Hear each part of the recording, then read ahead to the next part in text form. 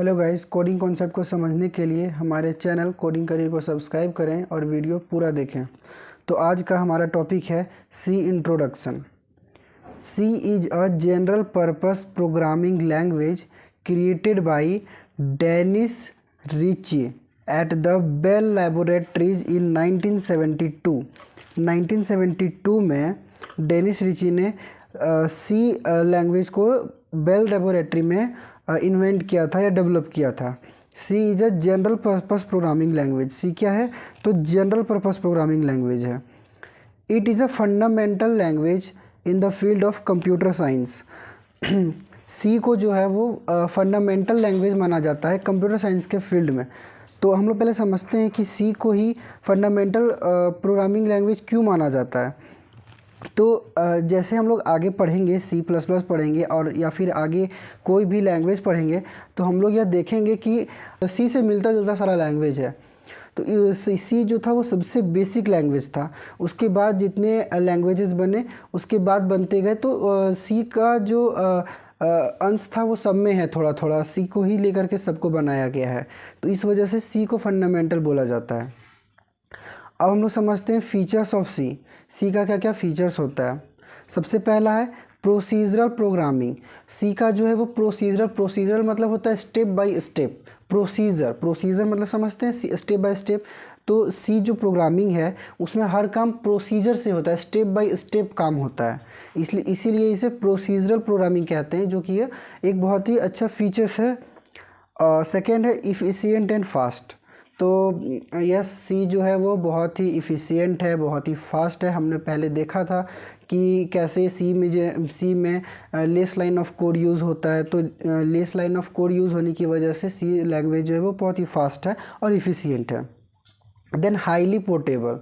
ये भी हम पहले देख चुके हैं कि पोर्टेबल क्या होता है, पोर्टेबिलिटी क्या होता है। तो ये सी जो है वो हाईली पोर्टेबल है। 4 है ईजी डिबगिंग।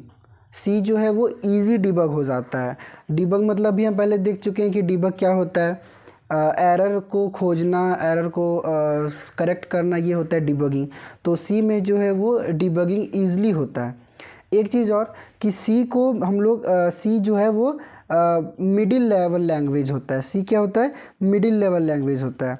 तो सी को मिडिल लेवल लैंग्वेज क्यों कहा जाता है? क्योंकि सी जो है वो हाई लेवल लैंग्वेज और लो लेवल लैंग्वेज दोनों कैटेगरी में काम करता है। मतलब हाई लेवल लैंग्वेज को के फीचर्स को भी ऑक्यूपाई करता है, लो लेवल के ये फीचर्स को ऑक्यूपाई करता है। तो मतलब इसलिए इसे मिडिल लेवल लैंग्वेज कहा जाता है। तो ये था हमारा सी का कुछ थोड़ा सा इंट्रोडक्शन पार्ट, थोड़ा सा फीचर्स। अब हम लोग बेसिक सिंटैक्स देखते हैं। सिंटैक्स क्या होता है? तो सिंटैक्स क्या होता है? स्ट्रक्चर। सिंटैक्स मतलब होता है स्ट्रक्चर। सी को लिखने का जो स्ट्रक्चर होता है उसी को सिंटैक्स कहते हैं।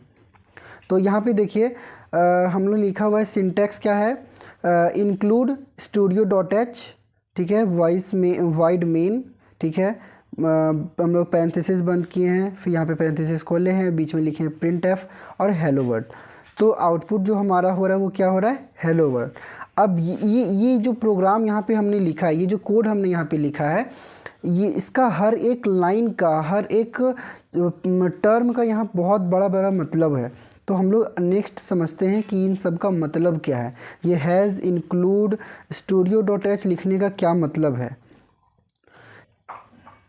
तो अब आगे समझने से पहले हम लोग क्या करते हैं कि कुछ नोट देख लेते हैं सी के बारे में। सी के बारे में पहला नोट क्या है कि C is a case sensitive language. C जो है वो केस सेंसिटिव है। अब केस सेंसिटिव कहने का क्या मतलब है? केस सेंसिटिव मतलब कि मान लीजिए कि हमने सी में क्या किया है, एक वेरिएबल डिक्लेयर किया है जहाँ पे लिखा है हमने इंट a = 10, ठीक है। तो नेक्स्ट जब भी हम यहाँ पे ए को ढूंढेंगे, सी में जहाँ भी मेमोरी एलोकेट हुआ होगा कंपाइलर में, हम वहाँ पे जब ए को ढूंढेंगे तो कहीं भी हम अगर नेक्स्ट लिखते हैं ऐसा ए, यानी कैपिटल में ए लिख देते हैं, तो ये काम नहीं करेगा मेरा। ठीक है। तो हमें ए के लिए मतलब ए ही, स्मॉल ए ही लिखना है, नेक्स्ट जगह पे हमें ए की जगह पे स्मॉल ए ही लिखना है, तभी ये मैच करेगा। अगर हम कैपिटल ए लिख देते हैं तो ये मैच नहीं करेगा, और इसी को हम लोग केस सेंसिटिव कहते हैं। मतलब स्मॉल यूज़ किए हैं तो स्मॉल ही लिखना है, कैपिटल यूज़ किए तो कैपिटल ही लिखना है, स्मॉल और कैपिटल हमें मिक्स नहीं करना है। सेकेंड है dot C is an extension. Dot C क्या है? एक्सटेंसन है सी लैंग्वेज फाइल का। जब हम लोग सी लैंग्वेज का कोड लिखेंगे, उसे जब हम लोग रन करेंगे, रन करने से पहले उसे हमें सेव करना पड़ता है। तो सेव करने के लिए जो हमारा जो एक्सटेंसन है, एक तरह से कहें तो मतलब एक्सटेंसन ये है, सी को सेव करने के लिए डॉट सी का यूज़ करते हैं। जैसे हमने अपना फाइल का नाम रखा है, मान लीजिए कोडिंग नाम रखा, ठीक है। तो पहला जो हेलो वर्ल्ड हमने लिखा, तो हमें वहाँ सेव करने से लिखना पड़ेगा कोडिंग डॉट सी, उसके बाद हम सेव करेंगे, तब हमारा कोड जो है वो रन करेगा। तो ये जो डॉट सी है ये बहुत ही इंपॉर्टेंट है, बहुत ही ज़्यादा इंपॉर्टेंट है। इसे अगर ऐसे हम सेव नहीं करते तो हमारा कोड जो है वो रन नहीं करेगा। अब थ्री नंबर, सी लैंग्वेज सपोर्ट्स 32 कीवर्ड्स। सी लैंग्वेज में 32 कीवर्ड्स होते हैं। अब ये 32 कीवर्ड अगर हम अच्छे से पढ़ लेते हैं तो पूरा का पूरा हमारा सी कंप्लीट हो जाता है। कीवर्ड क्या होता है वो सब हम आगे पढ़ेंगे, अभी बस इतना समझिए कि रिजर्व वर्ड जो होते हैं पूरे के पूरे कोडिंग लैंग्वेज में रिजर्व वर्ड पहले से जो रिजर्व कर दिए गए हैं, जिनका मतलब पहले से फिक्स है, उन सारे वर्ड्स को कीवर्ड्स कहते हैं, ठीक है। 32 कीवर्ड्स क्या क्या होते हैं वो हम आगे पढ़ेंगे। उसके बाद step two write C code. अब हम लोग कुछ स्टेप्स देख लेते हैं। हम जो सी का कोड हमने पीछे देखा था, जो हमने सी का जो कोड लिखा था एक छोटा सा हेलो वर्ड का, तो उसमें क्या था कि चार स्टेप में हमने काम किया था, ठीक है। फर्स्ट है डॉक्यूमेंटेशन। डॉक्यूमेंटेशन क्या होता है? तो डॉक्यूमेंटेशन के अंदर आता है कमेंट्स। ये जैसे ये होता है हमारा सिंगल लाइन कमेंट, इसे हम लोग कहते हैं सिंगल लाइन कमेंट, ठीक है। और एक होता है ऐसे जिसे हम कहते हैं मल्टी लाइन कमेंट, ठीक है। तो ये हमारा मल्टी लाइन कमेंट है। तो सिंगल लाइन कमेंट और मल्टी लाइन कमेंट जो है वो डॉक्यूमेंटेशन के अंदर आता है। हमारा सबसे पहला स्टेप होता है डॉक्यूमेंटेशन। उसके बाद हम लोग करते हैं प्री प्रोसेसर डायरेक्टिव। अभी हमने देखा था पीछे में कि हैज़ इंक्लूड studio.h जो लिखा था, वो जो पूरा लाइन था उसमें जो हैज़ जो सिंबल था उसे हम लोग प्री प्रोसेसर डायरेक्टिव कहते हैं। थर्ड में है ग्लोबल डिक्लेरेशन, ठीक है। ग्लोबल डिक्लेरेशन क्या है?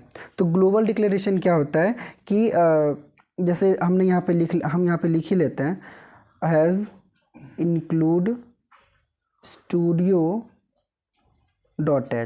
ठीक है। उसके बाद हम क्या कर रहे हैं, एक मेन फंक्शन बनाएंगे। मेन यहाँ पे फंक्शन बनाया, पैरेंथेसिस ओपन किया, ठीक है। और यहाँ पे हमारा कुछ ये रहेगा। तो ये जो ग्लोबल डिक्लेरेशन है, मान लीजिए मेन फंक्शन से पहले हमने यहाँ इंट a इक्वल टू 10 जो था वो डिक्लेयर कर दिया। तो ये इंट a इक्वल टू 10 हमने लिखा है, यह मेरा ग्लोबल डिक्लेरेशन है। मतलब ग्लोबल डिक्लेरेशन हम वेरिएबल को पूरे के पूरे कोड में कहीं भी डिक्लेयर कर सकते हैं, वो होता है ग्लोबल डिक्लेरेशन। फंक्शन डिक्लेरेशन क्या होता है? ये जो मेन फंक्शन हमने बनाया है यहाँ पर, ये जो मेन फंक्शन हमने बनाया है, इस मेन फंक्शन को हम लोग कहेंगे फंक्शन डिक्लेरेशन। यहाँ पे जो काम हो रहा है हम डिक्लेयर कर रहे हैं, फंक्शन को डिक्लेयर कर रहे हैं। मेन जो लिखा है, ये पैरेंथेसिस जो बनाई, ये हमारा डिक्लेरेशन है। तो ये 4 स्टेप में हमारा पूरा का पूरा सी का जो कोड है वो लिखाता है, ठीक है। अब हम लोग देखते हैं इंक्लूड studio.h, ठीक है। ये जो हैज़ इंक्लूड studio.h है, इसका मतलब क्या है? तो इस पूरे के पूरे लाइन को हम लोग क्या कहते हैं? Header file. इसे हम लोग हेडर फाइल कहते हैं, ठीक है। इसमें हैज़ का मतलब है प्री प्रोसेसर डायरेक्टिव, ठीक है। प्री प्रोसेसर डायरेक्टिव का क्या मतलब है कि सी प्रोग्राम में हम लोग सी प्रोग्राम में प्री प्रोसेसर क्या करता है, सोर्स कोड को, जो हमारा सोर्स कोड है, ठीक है। सोर्स कोड मतलब जो हमने स्टार्टिंग में कोड लिखा है सोर्स कोड, उससे वो एक्सपेंड सोर्स कोड में ये कर देता है, एक्सपेंड कर देता है, सोर्स कोड को एक्सपेंड कर देता है प्री प्रोसेसर, एंड देन वो कंपाइलर के पास जाता है। ठीक है, तो ये हमारा प्री प्रोसेसर का काम हुआ। हैज़ इंक्लूड का क्या मतलब है? तो use to include a file in the source code program. Include का मतलब होता है लिंक करना। ये प्री प्रोसेसर डायरेक्टिव और studio.h को लिंक करता है आपस में, ये यूज़ किया जाता है इंक्लूड करने के लिए। ठीक है, अब हम पढ़ते हैं studio.h। ये देखिए studio.h, इसका मतलब होता है स्टैंडर्ड इनपुट आउटपुट। इसका फुल फॉर्म होता है स्टैंडर्ड इनपुट आउटपुट। ठीक है, कि क्या करता है, तो इसका यूज़ क्या है? Contain declaration of function like printf and scanf। ठीक है, हमने भी देखा पीछे में कि फंक्शन को हम लोग डिक्लेयर कर रहे हैं मेन के अंदर, वहाँ पे हम लोग printf यूज़ कर रहे हैं हम लोग हेलो वर्ड को प्रिंट करने के लिए। उसी तरह से हम लोग एक scanf भी पढ़ेंगे। scanf एक टर्म आएगा जिसका यूज़ होता है इनपुट लेने के लिए। जब भी हम कुछ इनपुट लेते हैं तो उसका scanf का यूज़ करेंगे। नेक्स्ट, जब हम किसी चीज़ को आउटपुट करेंगे तो printf का यूज़ करेंगे। अगर आपको ये वीडियो अच्छा लगा तो वीडियो को लाइक ज़रूर करें।